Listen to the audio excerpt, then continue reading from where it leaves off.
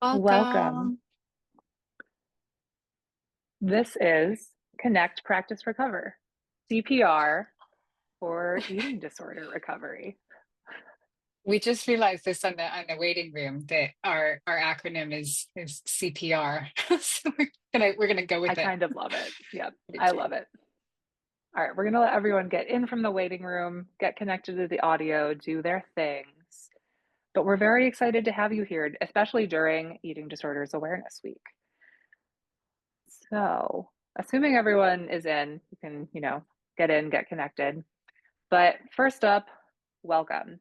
I am here with Chelsea, and we're just going to start off by doing a quick intro, run you through some guidelines before we open it up to conversation and then run into a practice, a yoga practice. Our whole thing will run for about an hour, and let's get going.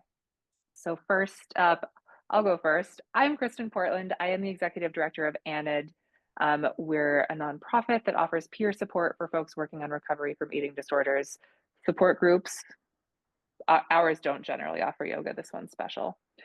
A helpline and a mentorship program. And Chelsea, how about you? Thanks, Kristen, and happy Eating Disorder Awareness Week, everyone.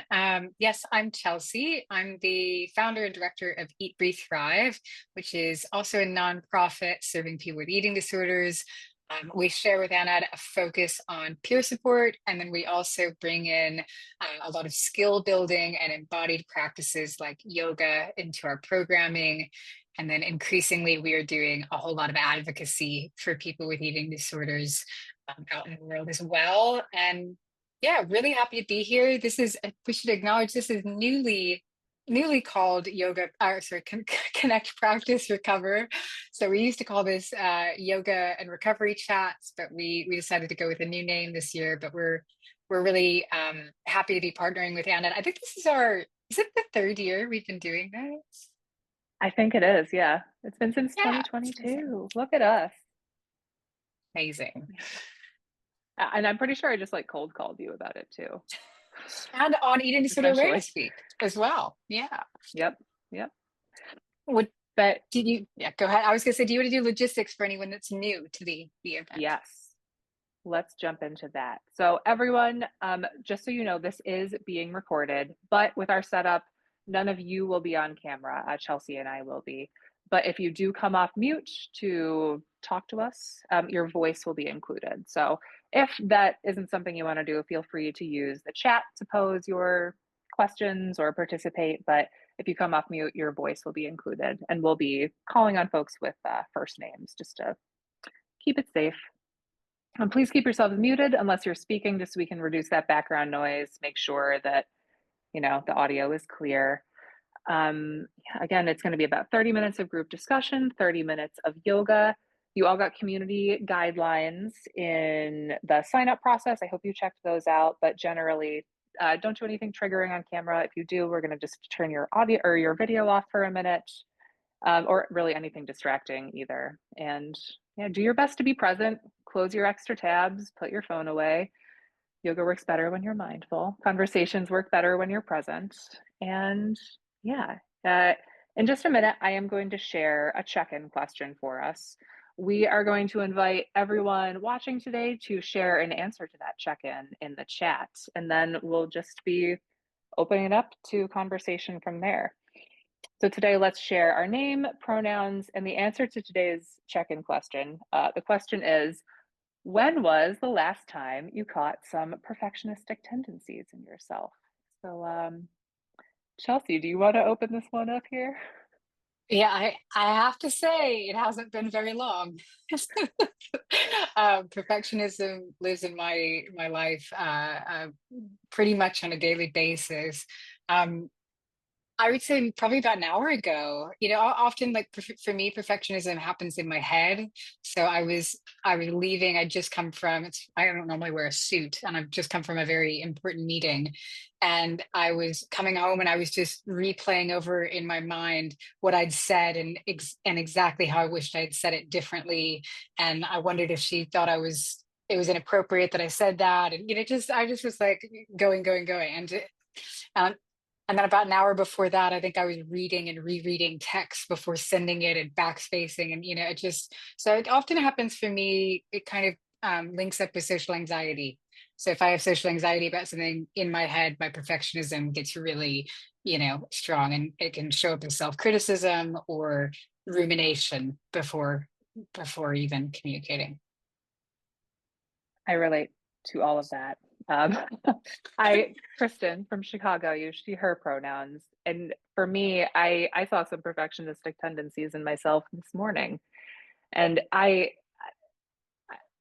you mentioned yours is tied up in social anxiety. I think mine comes when I'm not feeling really productive or on top of my game, which again is kind of just some more perfectionism. But it's been a little bit of chaos in my house with some sick kids and some sick me, and I'm trying to pretend I'm not. And I forgot something this morning and was really just beating myself up, shoulding left and right about how I should have like prepped all of these things before all of that. And again, this is a big week for both of our organizations, so a little bit of anticipation of the week to come was playing in for that for me as well. But yeah, a thing for me that I've had to really work hard to remember is that perfect isn't real. Yeah. Yeah, I can relate to that. And I see that show up so much um in the eating disorder, whatever eating disorder it is. I was saying to Kristen just before we jumped on this call that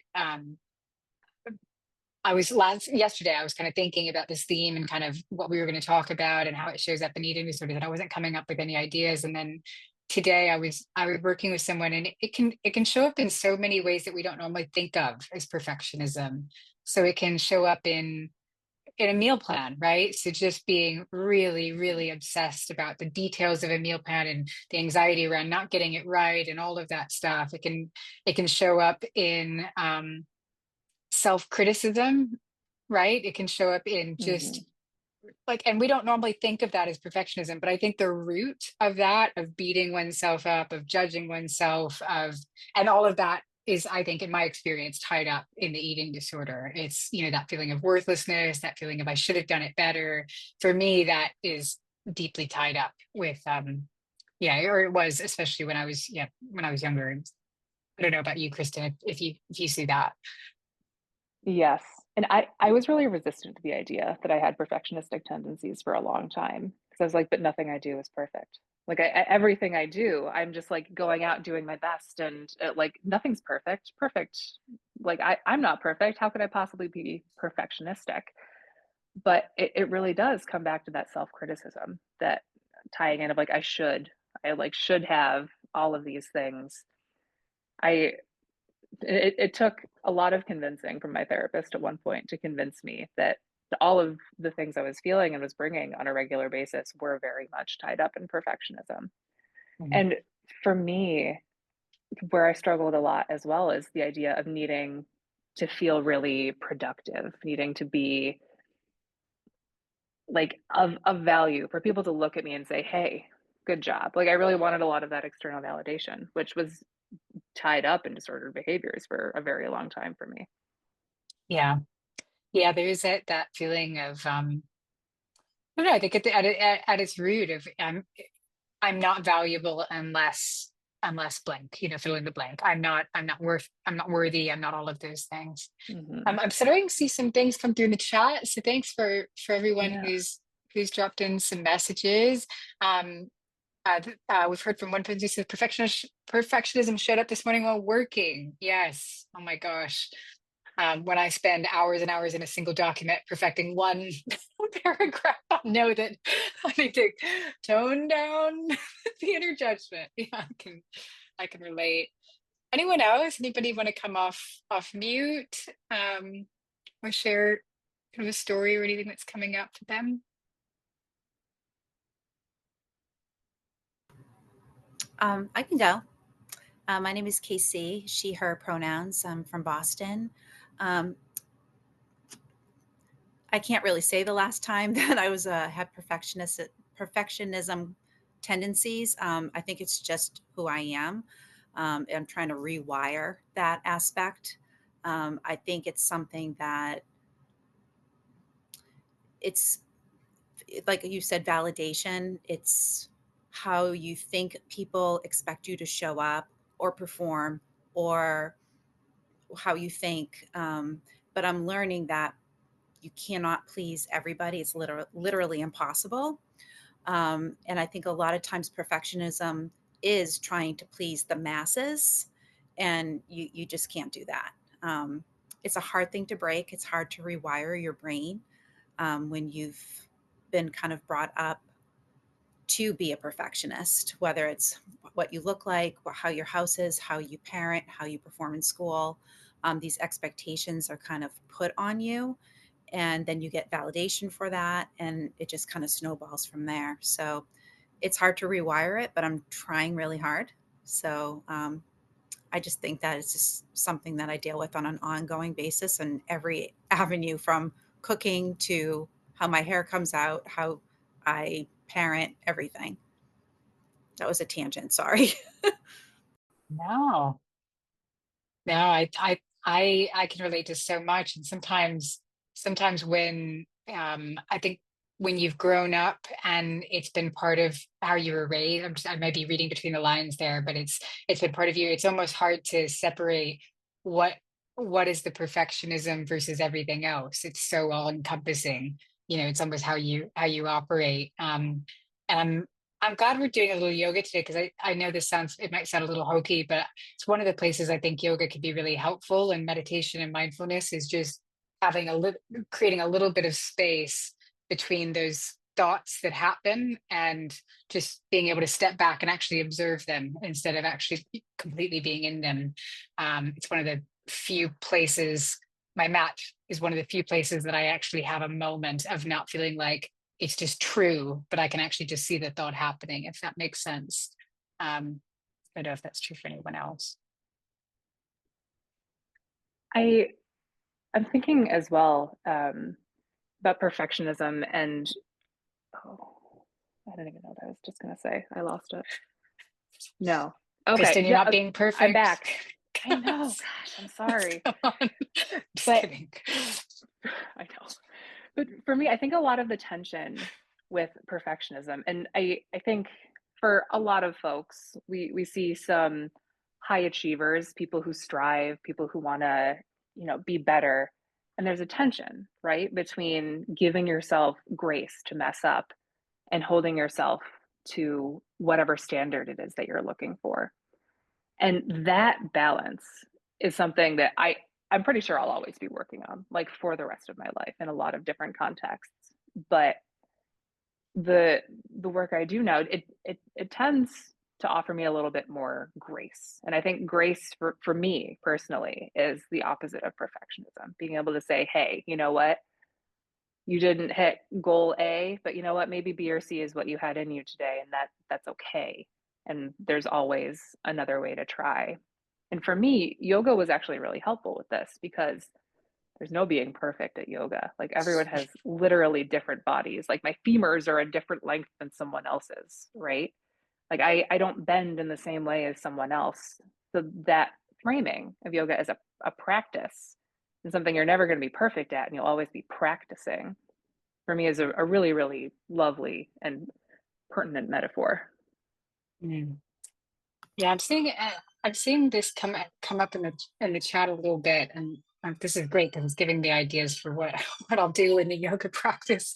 So thank you, Kristen. I want to highlight. I've seen. Thank you for your shares in the chat. I'll just read a couple of them out loud. I won't say names just for confidentiality, but perhaps too under an eating disorder, and not even intentionally, can be the feeling of controlling food or the way I look, like it is something to try to do right or be good at. And then another says, I felt perfectionism right before the call when I looked at my goals for the day and thought I hadn't done as much as work as I should have done. What's that should word?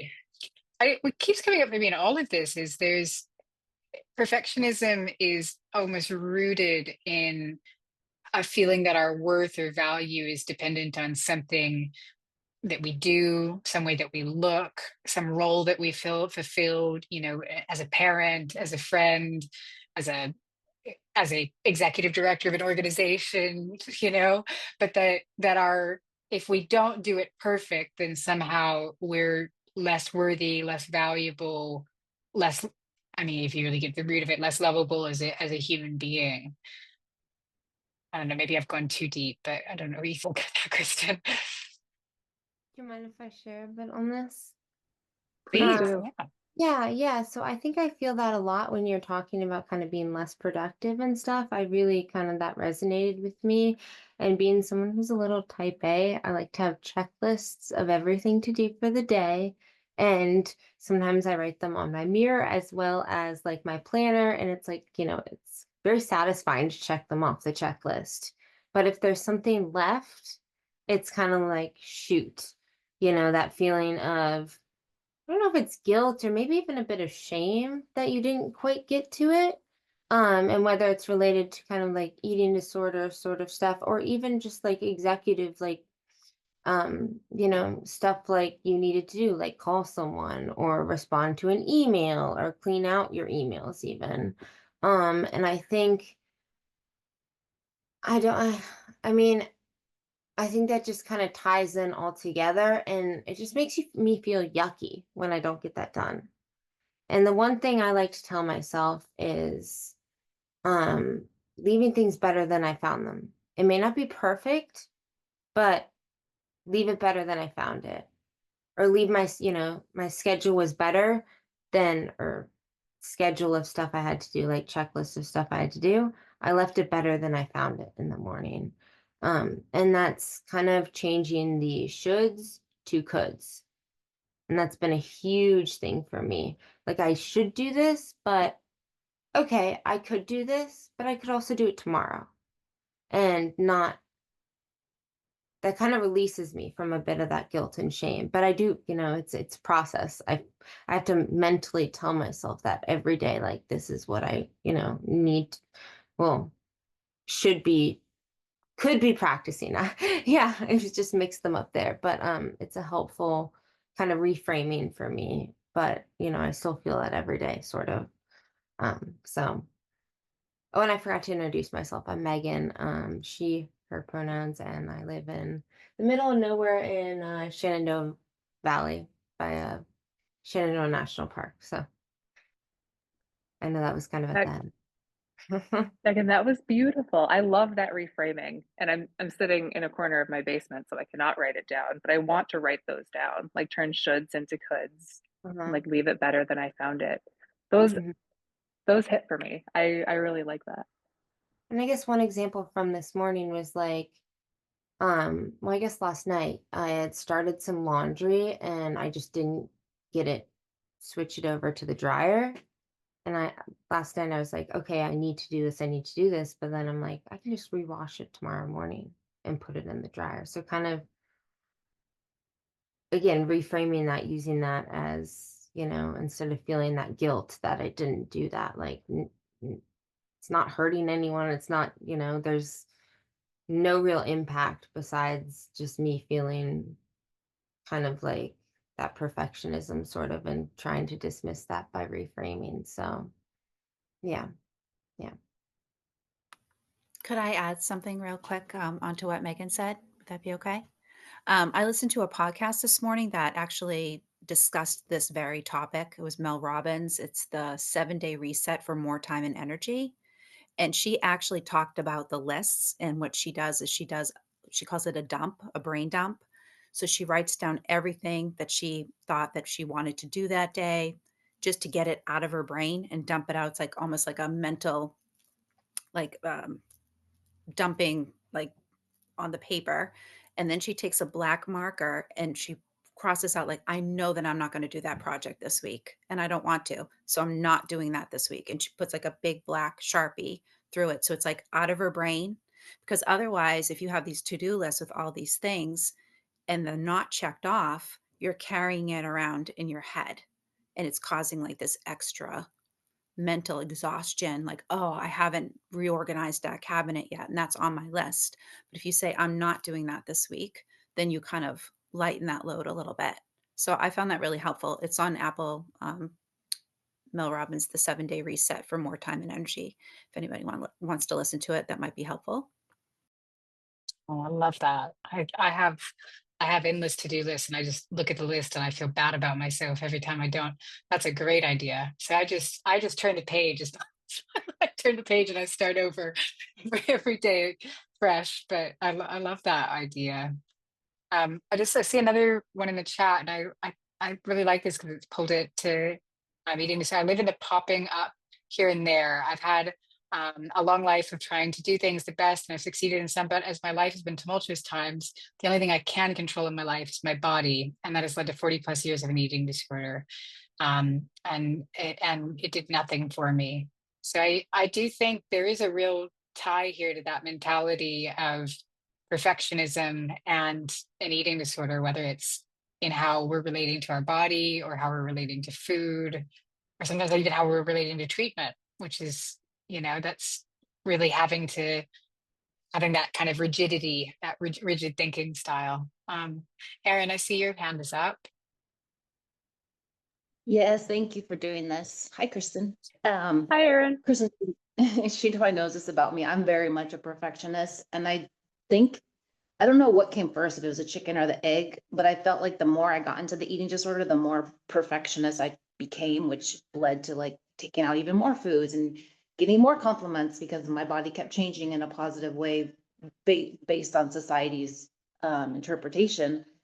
And then it led into school, and I had to get good grades. And I know that was partially from my parents' upbringing of when I come home, I'm like, this is I gotta be. And they're like, oh, well, if that's the best you can do. And I'm like, oh, I guess that's not good enough. So when I got into college, I basically got, I want to say I got close to a 4.0 and basically killed myself trying to get there. But it was just never good enough. And it's just very interesting and comforting to know that so many of us have that same struggle. And I'm very much a list person. I actually just looked at my list. And what started to help me is I realized I would keep the list. Like every Saturday, I'd write my list of what I have to do and then continued on Sunday and then look at it again on Monday. And the same thing that I think Megan was saying, I'm like, oh man, I still have X, Y, and Z to do. So now when it comes to Monday, I just throw away the list and then I make the next list on Saturday. And if it happens to be something from the previous week, I don't have that shame of like, oh, I didn't get that done. Because there's something about just getting stuff done in my house that just gives me that positive sense of like settling, I think, and less anxiety. That people have said that my house looks like a show home because I just can't not have stuff around. And I don't have children, so it makes it very easy to not have stuff all over the place. Um, and for example, today I had the day off and go figure, I ran over a pothole and popped both of my tires. And now instead of having a perfect day doing exactly what I had planned to do, my brain is like, what are we doing? This is not how we had planned this day. But apparently it is because now I'm here with you guys. So thank you for letting me share. Oh, it's beautiful. I just laughed, Erin, when you said about your home being like a show home. My partner is constantly like, where's my computer charger? And I just say, away. Put it away. He's like, but where? Constantly. So I can relate to that. With any Yeah. object. Yes, I love that. So for example, I'll share really fast. My fiance kept putting the sunglasses on top of the counter and I just couldn't stand them up there. So I put them in the shelf and he's like, why do you keep putting my sunglasses away? And I said, oh, because the cat keeps trying to play with them. I completely lied. But he's like, I need to clean them. And I was like, okay, fine. I won't put them away anymore. Thank you. Yeah, it's interesting too. I don't know how others feel about it. Love that you highlighted the chicken or the egg question. And it's probably a bit of both, but this idea that, well, was it that I was perfectionistic and that drove me into an eating disorder, or was it that the eating disorder made me perfectionistic, or is it a little bit of both? But I think there's actually some very good research that suggests that the state of being in an eating disorder, and of course all eating disorders lead to some form of not being fully nourished, it often drives that kind of rigid thinking. So I don't know, for those of you who might be in it, in some, in that point, one thing I sometimes that helps me is just to say, it's not always going to be this way, and almost like you don't have to listen to everything you think, you don't have to believe every single thing you think. And that actually, as you recover some of those really rigid and kind of self-critical and ruminating thinking patterns might begin to ease, not go away, but ease a little bit.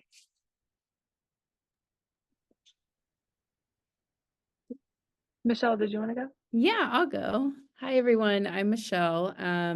She, her pronouns. I'm in Indianapolis, Indiana, and I can just relate so deeply with this topic. I'm so thankful to just feel connected in regards to this, and that we all just struggle to varying degrees about this. And Chelsea, you were just talking about the rigidity, and I have, and my story is very similar to Aaron's, of just the perfectionistic, like high achiever, that kind of thing. And recently I've been just noticing, like, when I'm not as rigid, that I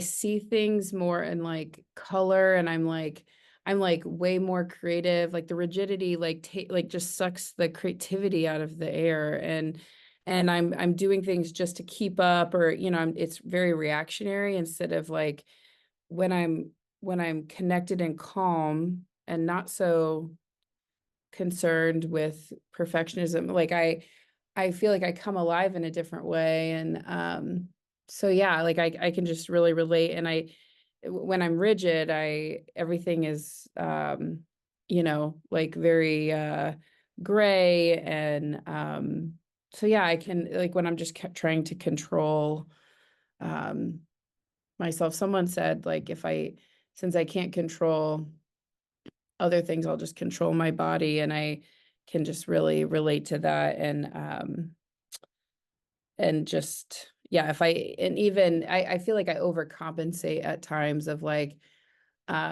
because my body it's a body, but there are um certain thoughts about it from society, maybe, that I carry. And so when I overcompensate, I'm like, well, I may not have my body looking X, Y, or Z, but let me tell you, I can like be so productive in these other ways, and I can be like the best therapist, I can be the best mom, and I can overcompensate in other ways and be perfect at those. And so anyway, I can just really relate. I'm just really thankful to connect with all of you. So yeah. Can you speak a little bit to that rigidity, the black and white thinking that goes on with that? If we're really looking at things in a super rigid way, like either or, we're either succeeding or we're failing.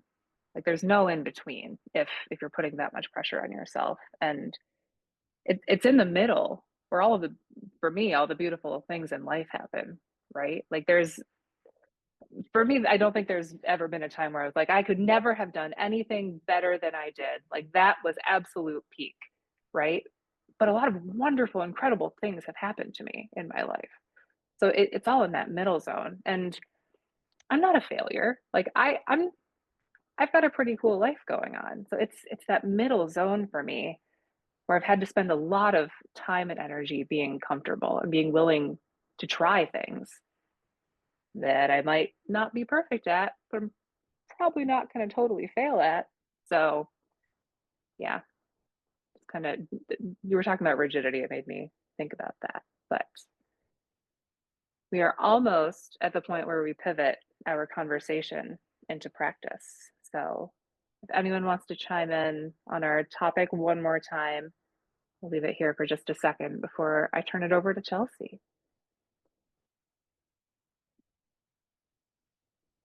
Oh, Gretchen. Gretchen, oh, you're on mute. Sorry, thank you.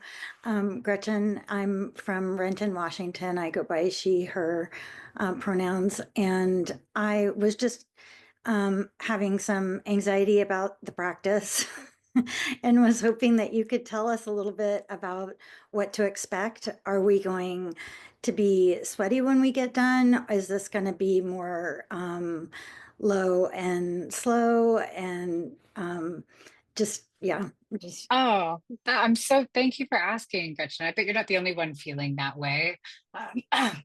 And yeah, I'm happy to tell you a little bit about this. Well, one, I'm wearing a professional jacket, and I can see that I'm not the only one who's not wearing yoga pants and a tank top or anything. So we're gonna do something that maybe doesn't look like yoga to what you would imagine as yoga, but is 100% yoga. So don't worry if you're wearing clothes that you can't do downward dog in. We're not even going to do a downward dog. So don't worry about that at all. You certainly will not be sweaty at the end of this unless you're just in a really warm room that I don't know about.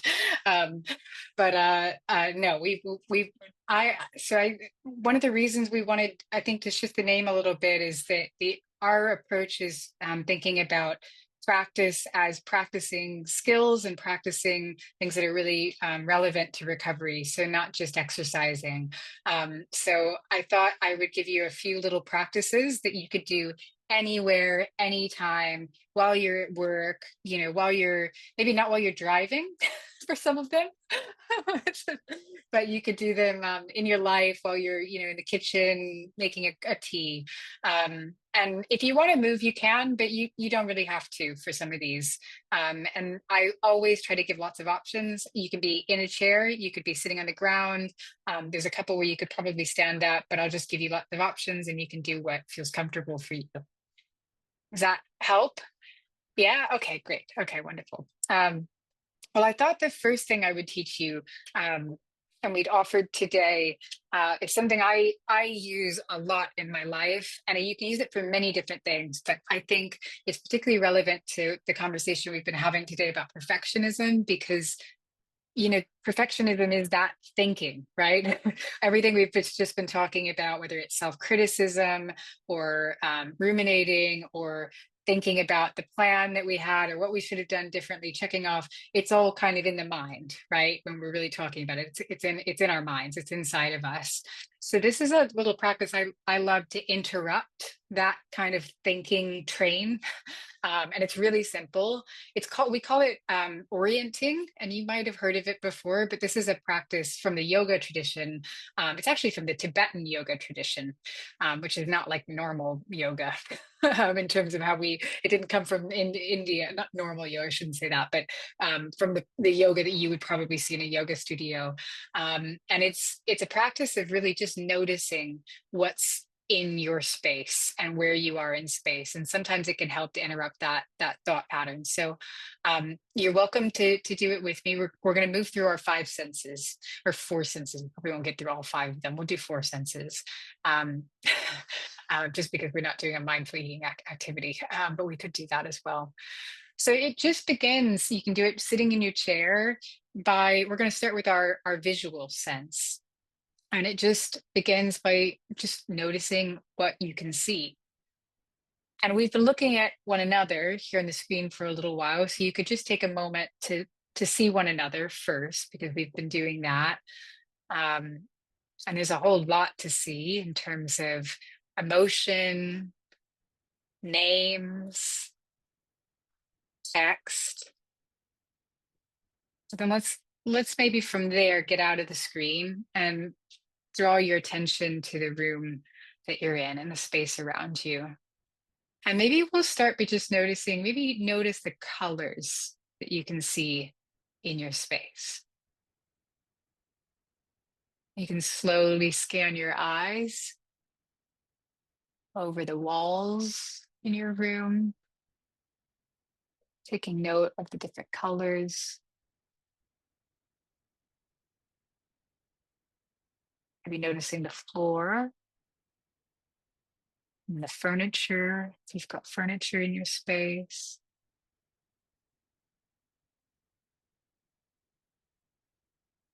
As you note the different colors, you also begin to note the different textures that you can see. I'm always just astounded at how much is around me that I hadn't taken the time to notice. It could be different materials, wood, maybe some cloth or metals.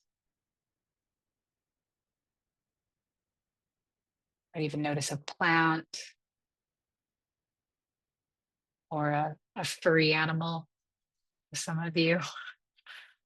But just noticing the quality of the texture as you cast your eyes over it. And really, really taking time to observe. As you continue, you can keep going over different parts of the room. You start to notice the quality of light in your space. And of course, light is not fixed. So there may be parts of your room cast in shadows, and others with rays of light.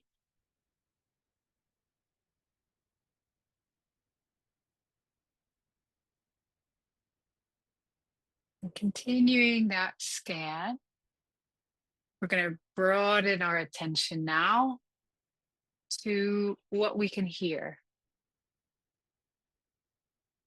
And here you can, if you want, you can close your eyes. You can also keep your eyes open.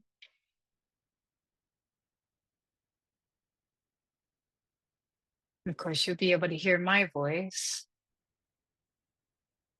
If you take your awareness and go outward from there, chances are you'll hear other sounds in your space.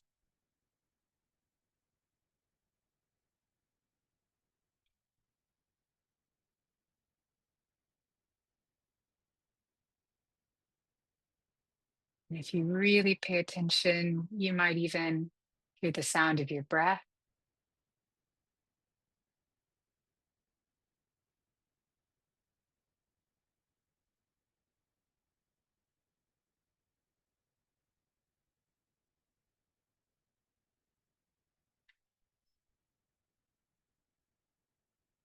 And from there, we're going to move just to one more sense today, and that's going to be our sense of touch. And to begin there, maybe just by start by noticing your feet or your legs where you're making contact with the ground.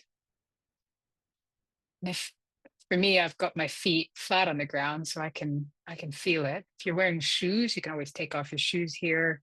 Or if your feet aren't touching the ground, you can also, if you're sitting like Kristen is, maybe you can place your hands on the ground next to you.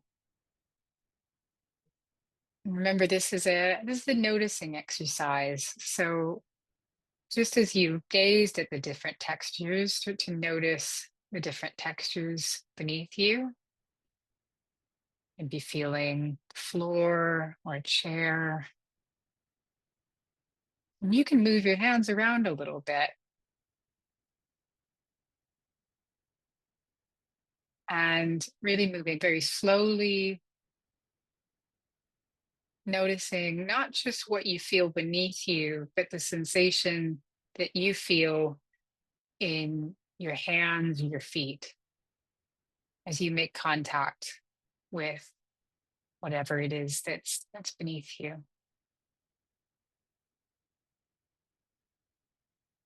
You can press down on it, notice whether it's solid or soft.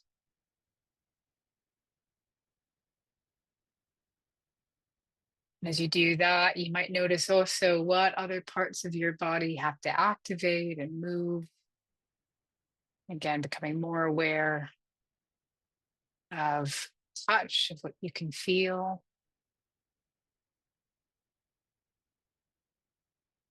Maybe you can release that and just take a moment before we do the next thing. I just want to check in. What did you notice? Kristen, can I invite you to share if you'd like? I noticed myself have to very intentionally ignore the mess that is surrounding me and try to appreciate the riot of color going on. Which was A actually beautiful really phrase. nice. Yeah, I sometimes have to just like tone it all out, but actually really appreciating how colorful my life is was really, really lovely.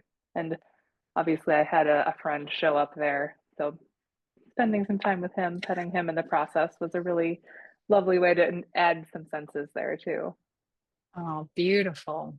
I see in the chat, really helped me slow down.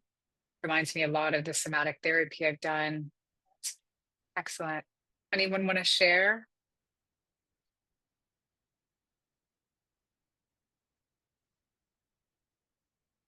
Good. And keep moving, but just to give you an opportunity. Okay, keep moving. It's a good practice when you're caught in a thinking cycle of any kind, whether it's self-criticism or worry about the future or anxiety. It's a really good practice for slowing down and for interrupting that a little bit and coming into the moment. Okay, so that quality of awareness, I want to invite you to bring into, we'll do a little bit of movement and breathing. And I want to invite you um, to bring that into how you move and breathe. So that attention that we just took outward to the light and the color and the textures and the sounds, see if you can bring that inward to what's happening with how you're breathing, with what you feel inside your body, with the different feelings of stretch. Um, and just connect with ourselves a little bit. Um, okay, so you can come into a comfortable seated position of any kind. I'm sitting in a chair. I think Kristen is on the floor, just from my. I'm pretty sure she's on the floor. Yeah. So either I one have of a those. block, but yes. Okay, so you can sit on a block, you can sit on a chair, you can even lie down if you like. Um, and we'll just start by taking a little bit of movement into the shoulders, because sometimes our shoulders get, especially after a long day or at the start of the day, quite hunched. So you're going to start by just squeezing your shoulders up and noticing how that feels, and then letting them relax down. Maybe moving your arms a little bit and noticing how that feels. Okay, let's do that again. Squeeze the shoulders up. You might notice a little shake, and then release. Maybe roll one shoulder and the other. And we'll do that again. Inhale, squeeze, maybe even hold your breath as you squeeze. And then rolling the shoulders back, releasing the arms, maybe giving them a little shake. Take a deep breath. Okay, we're gonna do that now. We're gonna do that tension and release a few times. I want you to notice the feeling of tension versus the feeling of release and what happens in your body as you do that. So we'll start, we did our shoulders. Now I want you to bring your hands and your arms. You can leave them by your side, but that's just to show you what we're talking about. I want you to squeeze your fist together and see if you can squeeze every muscle in your arm. And squeeze it. And then release. You take a big exhale, shake the hands, shake the arms. Notice how that feels. And let's bring our breath in. So take a deep breath in, hold, and then squeeze the arms and the hands and the fists squeezed. Oh, and then release. Again, you can shake one arm. Yeah, great. You can open the neck up.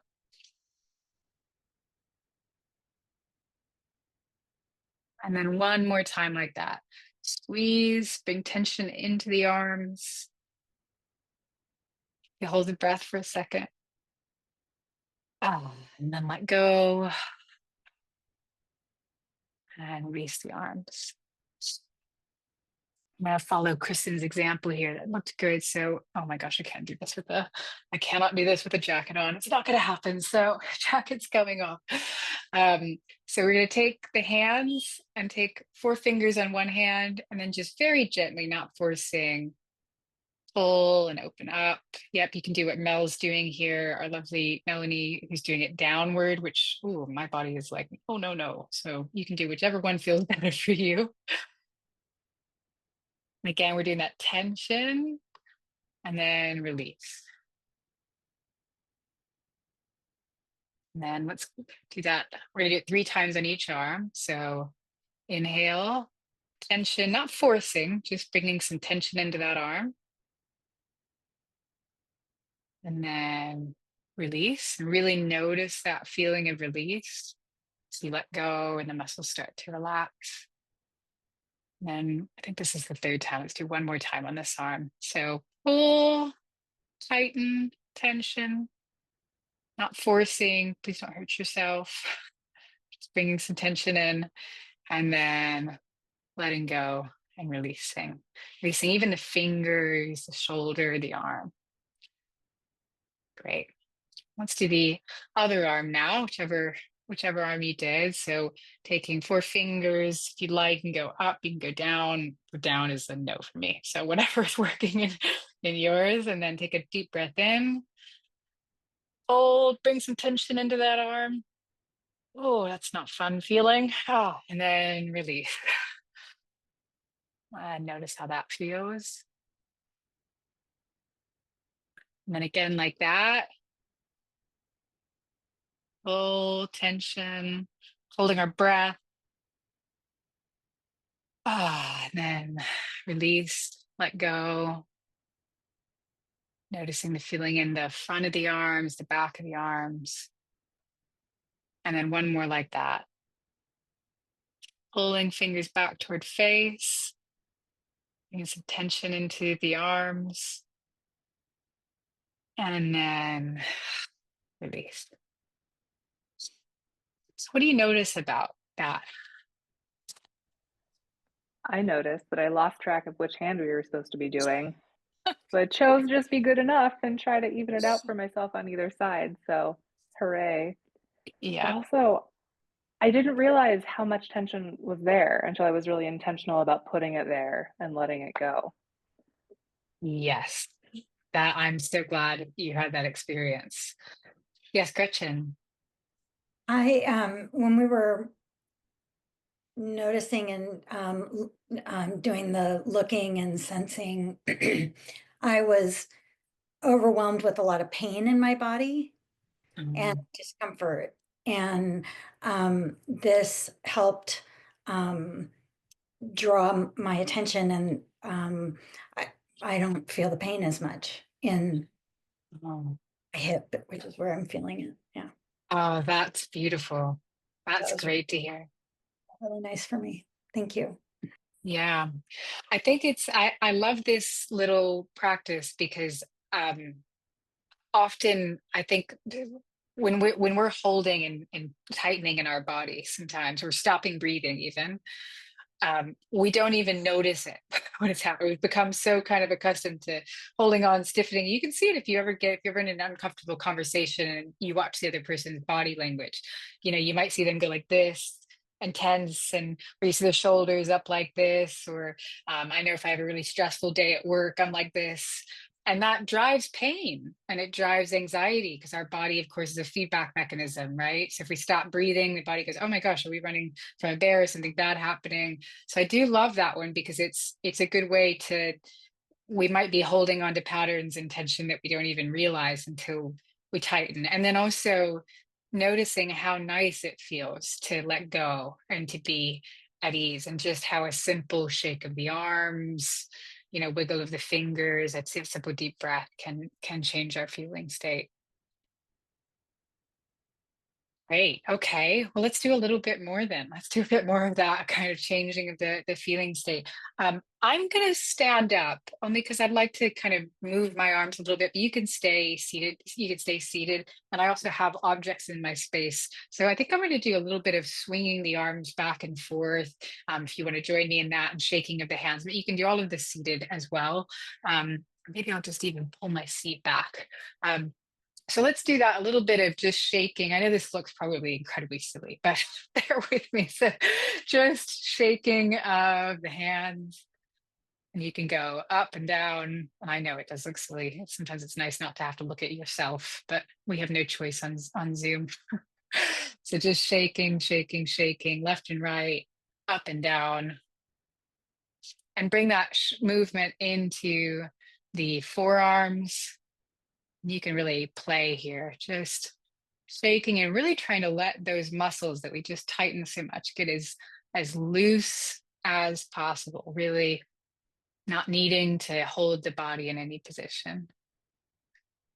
And you can even bring some swinging into the arms a little bit here. And that can be shaking the wrists and the forearms as you shake the arms, doing a little bit of what Kristen's doing here, going side to side, bring it into the back. I know for me, just kind of moving them forward and back, up and down.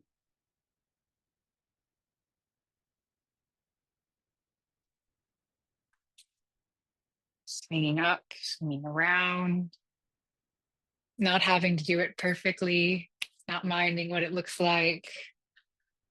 I mean, this is really the trick to teaching yoga in an imperfect way, is not doing any poses at all. So there's no way to perfect this. I'd like to see someone perfect this exercise. The more imperfect it is, the better. Great. And then we're gonna maybe slow those down a little bit. Come to a point of stillness. And letting your arms just rest or relax, either in your lap or by your side. Take a few deep breaths in. I want you to notice what you feel in your arms and your hands in this moment.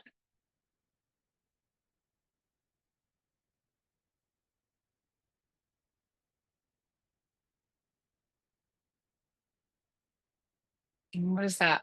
This quality of, they feel light, they feel heavy, or even feel like a little buzz of energy, like a vibration.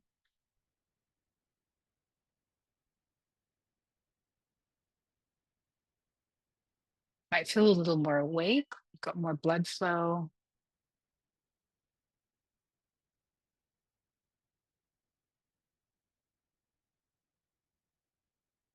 A few more breaths, and maybe notice how they feel compared to your legs, your neck,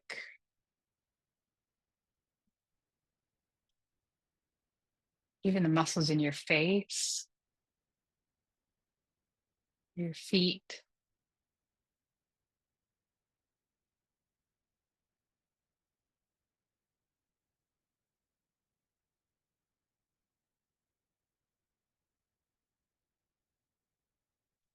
You can open your eyes if you've closed them. And just wanted to check in with you. What'd you notice?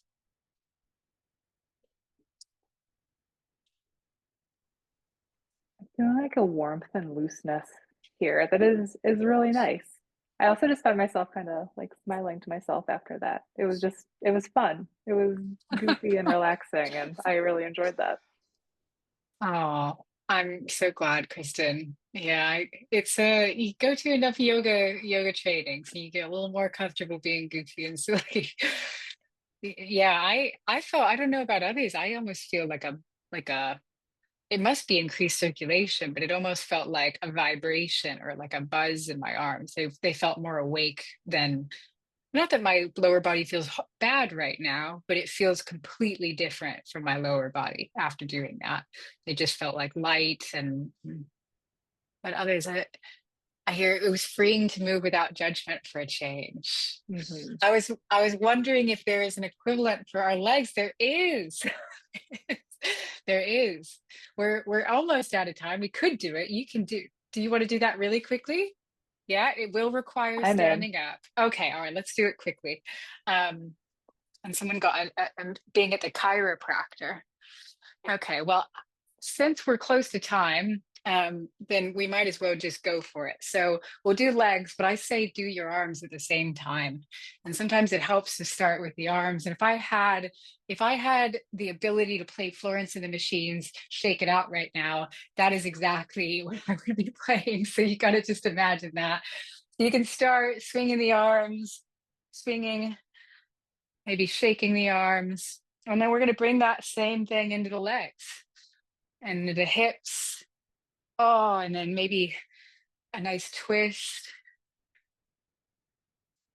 up, down. Doesn't need to be right.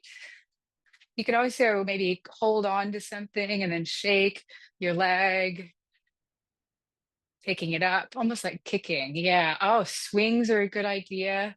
That's great. You can do some circles in and out, opening up the hips.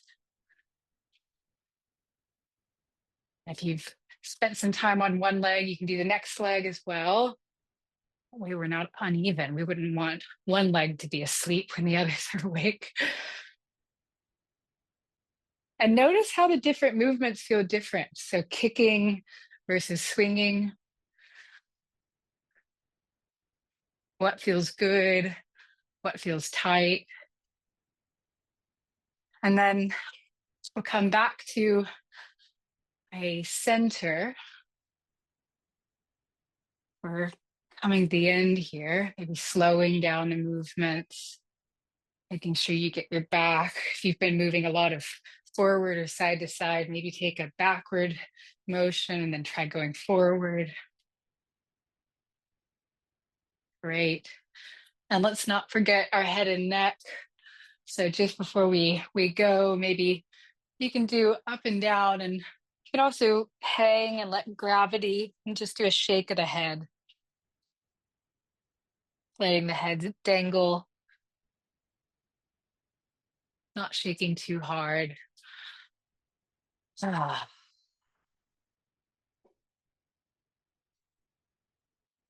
All right, and then everybody come up to standing.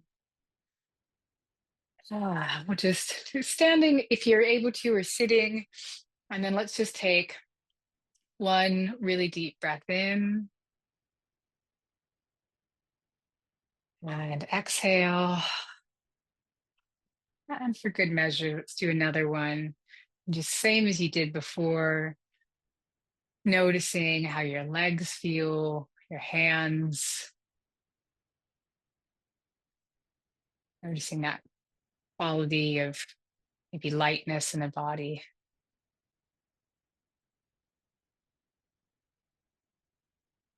All right. Okay. Bring my chair back. I kind of wish we did have music for that because it felt a little bit like a very fun, very silly dance party, and I was all about it. Maybe next time we will do music. Look at this. My hair is everywhere. I feel like I've just been to a dance party. I have to ask, was that what you were expecting with yoga?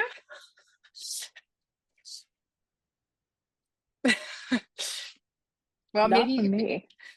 Okay, good. I like it though. How about you, Gretchen? Yeah, I didn't know what to expect, which is why I asked. And it was wonderful. It was perfect and Oh, everything you did. Thank you. yay. Oh, I'm so glad. Well, this was a really wonderful into what has it's late, it's coming to 6 p.m. here in the UK, but it's been a really wonderful end to a very big day for me. So thank you for encouraging me to explore my imperfect teaching of movement and practice and all of that. It was really lovely. And thank you, Kristen, for being here and doing this Yeah, with thank you, us. Chelsea.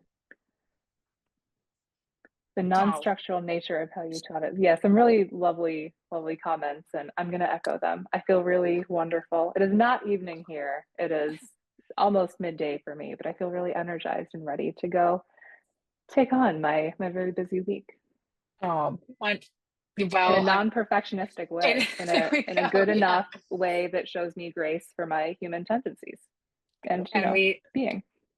And we got some wonderful tips, both from even from some of you. I'm going to take the Sharpie idea. I really like that. So take that into your week. And then we'll just say we do these events once a quarter. So please do come back to the next CPR for eating disorder recovery. We're going to lean into that. But connect, practice, recover is what it's about. And if you're watching from somewhere in the future, thank you for being with us as well. And we really hope to see you at the next one. Yeah. Thank you to everyone and happy Monday. Thanks, everyone. And thanks to Mel for all the help with tech and chat. Always thank you, Mel. All right. Bye, everybody. Bye, everyone.